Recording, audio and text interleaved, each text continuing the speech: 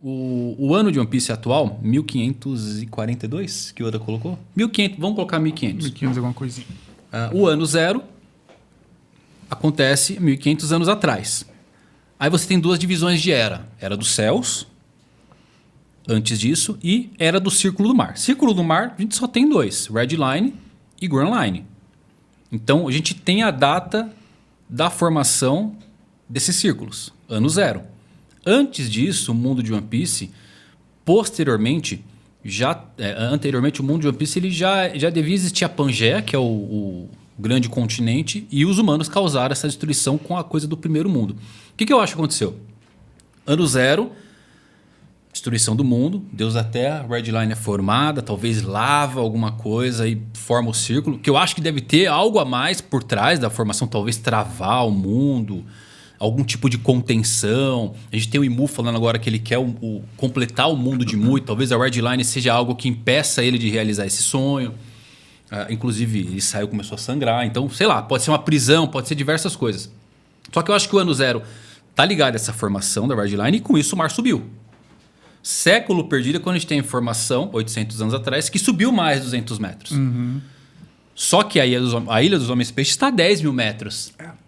Eu acho que o grande BO aconteceu bem antes. E aí você falou, agora surgiu um seguinte pensamento. Uma das teorias diz que o universo surge com o Big Bang. Então, não é bem isso. Essa expressão ela não é bem entendida. O Big Bang é um evento tão absurdo, mas tão absurdo que o que havia anteriormente não deixou rastros. Então, não é que o universo surge com o Big Bang. Ele muda completamente a percepção da matéria, do espaço-tempo, e qualquer registro anterior não existe mais. Tá. Então a gente começa a medir ano zero, não é porque ele é o início, é porque a gente não consegue ter informações anteriores. Usando a mesma lógica que você propôs, de repente algo aconteceu, aquele BO lá de trás, tão catastrófico, tão absurdo, que ele não deixa rastros do que houve anteriormente. Por conta disso, agora vai ser o zero. Aí eu vou pegar e jogar uma outra ideia. Mexer com eventos de núcleo é uma coisa tão perigosa. Por exemplo, quando você pega uma bomba atômica, das mais poderosas que existem nada, cara, ela é um traque comparado com vulcões. A energia liberada em vulcão é muito maior. Aquelas ilhas, um vulcão meia boca, que ele explode, a ilha foi embora. Olha antes, olha depois, tal, a ilha. Cara, uma bomba nuclear tem menos energia que aquilo. Agora imagina um super vulcão. Naquele parque que tem nos Estados Unidos, aquele parque do Zé Colmeia, do Yellowstone. Aquilo aumenta por ano em torno de 1 a 5 centímetros. Caramba. Lá não tem aquelas termais em que assim, você registra a cada 40 minutos, 20 minutos que seja água, geysers, geysers e tal. Aquilo é um super vulcão adormecido. A última vez que ele entrou em erupção faz alguns milhões de anos. O ser humano cai da árvore tem 30 mil anos, 40 mil anos. Significa dizer que a última vez que ele entrou em erupção a gente não estava aqui.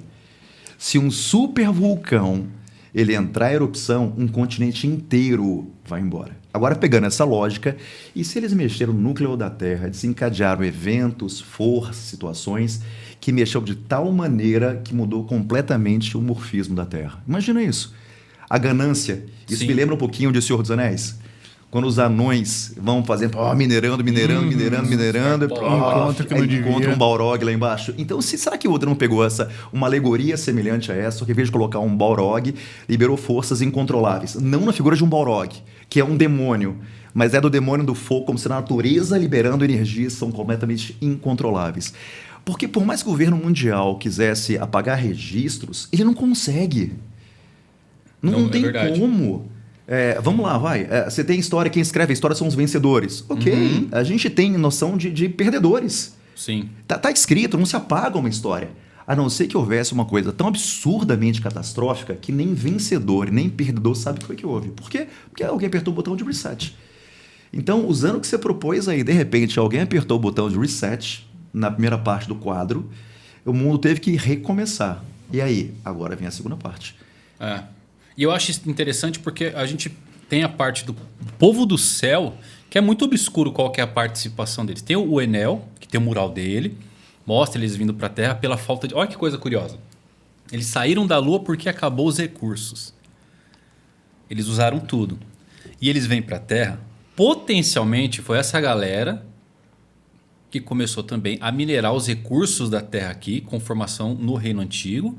E é onde teve a coalizão dos 20 anos, que eu acredito que surgiu com o intuito de parar algo que eles estavam fazendo na Terra, mas que, com o passar do tempo, já tinha gente que não era boa. O ancestral do Flamengo mesmo, que faz parte dos 20 fundadores, já tinha escravizado os tontatas.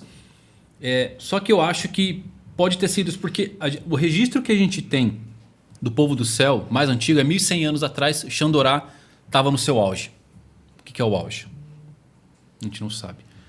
Então, potencialmente, eles usaram do conhecimento tecnológico deles e podem ter ligado diretamente a essa coisa de estar minerando, de estar mexendo na Terra para fazer alguma coisa que a gente ainda não sabe o que é. E eu acho doido pro pessoal alado, porque como a gente não tem informação de nada do pessoal da Lua, você fica na parte histórica de eles estavam na Lua e desceram para pegar recursos e aí começa a história, ou eles estavam na Terra, acabaram os recursos, foram para a Lua e para o restante, depois acabou lá também, eles voltaram, sabe-se lá quantos mil anos depois, para a Terra, para depois continuar a mesma busca de recursos, mas tipo, tendo já feito o ciclo. Moravam na Terra, deu ruim, todo mundo meteu o pé, foi para a Lua, para todos os satélites. Deu ruim lá também, voltaram para a Terra, que teria passado o ciclo. Então, se a gente pegar e juntar isso tudinho na seguinte ideia.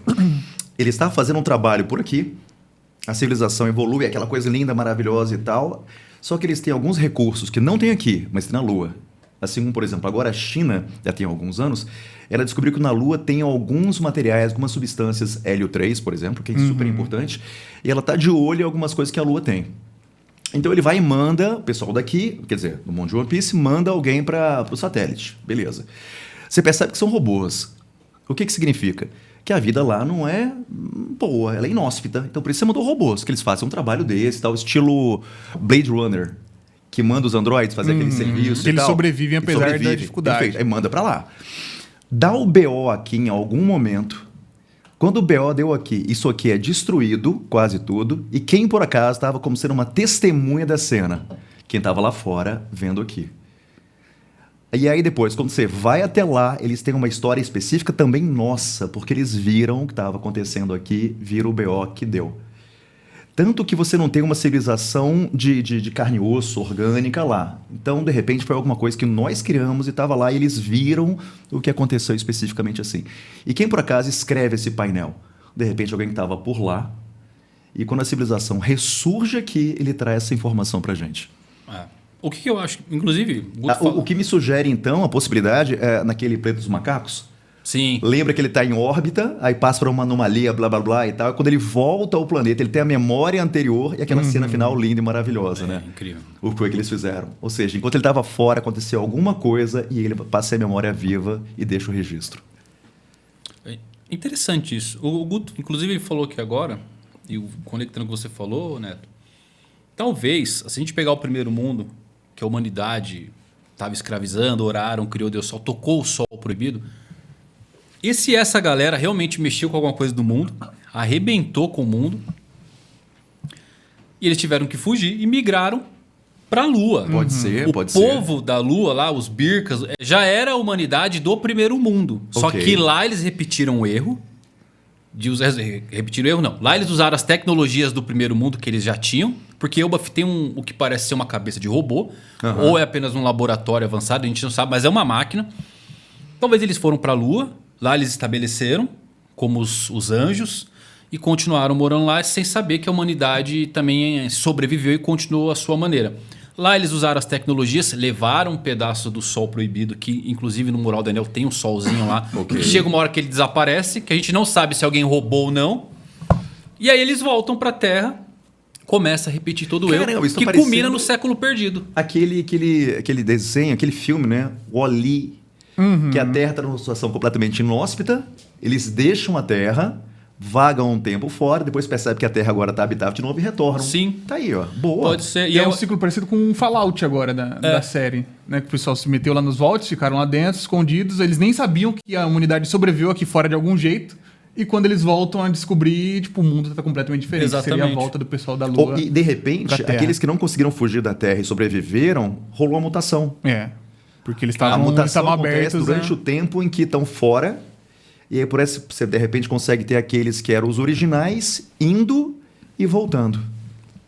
E eu acho que o Reino Antigo, que foi no mundo 2, tentou refazer as coisas do primeiro mundo, mas com uma cabeça de vamos fazer isso para melhorar a vida das pessoas. Mas mais uma vez mexeram onde não devia, que é o próprio mundo. E aí pode ter surgido essa coalizão, que eu acho que com o Imu liderando. E falou, não, vamos parar porque eles estão... O Ray, ele sempre deixa aquela coisa cinzenta no ar. Você tem que viajar o mundo, você tem que tirar a sua própria interpretação, que você pode entender uma coisa diferente da gente. Por que o Roger Hill? A gente não sabe, assim, é muito coisa de doido. Talvez o Reino Antigo tava de fato mexendo... fez a Akuma no Mi, não sei. Queria melhorar a vida das pessoas, queria fazer o que o Vegapunk tem hoje de sonho. Levar ar-condicionado para as pessoas, máquina de comida. Só que o custo disso era o planeta e eles talvez estavam exagerando. O governo mundial pode ter formado a coalizão, quer dizer, os 20 reinos se juntaram, vamos derrubar eles. Só que ao mesmo tempo tinha um monte de gente lá que acabou deturpando isso e acabou no que acabou. Eu acho que a situação que rola naquele momento, aquela grande discussão, tem a ver com a palavra ética.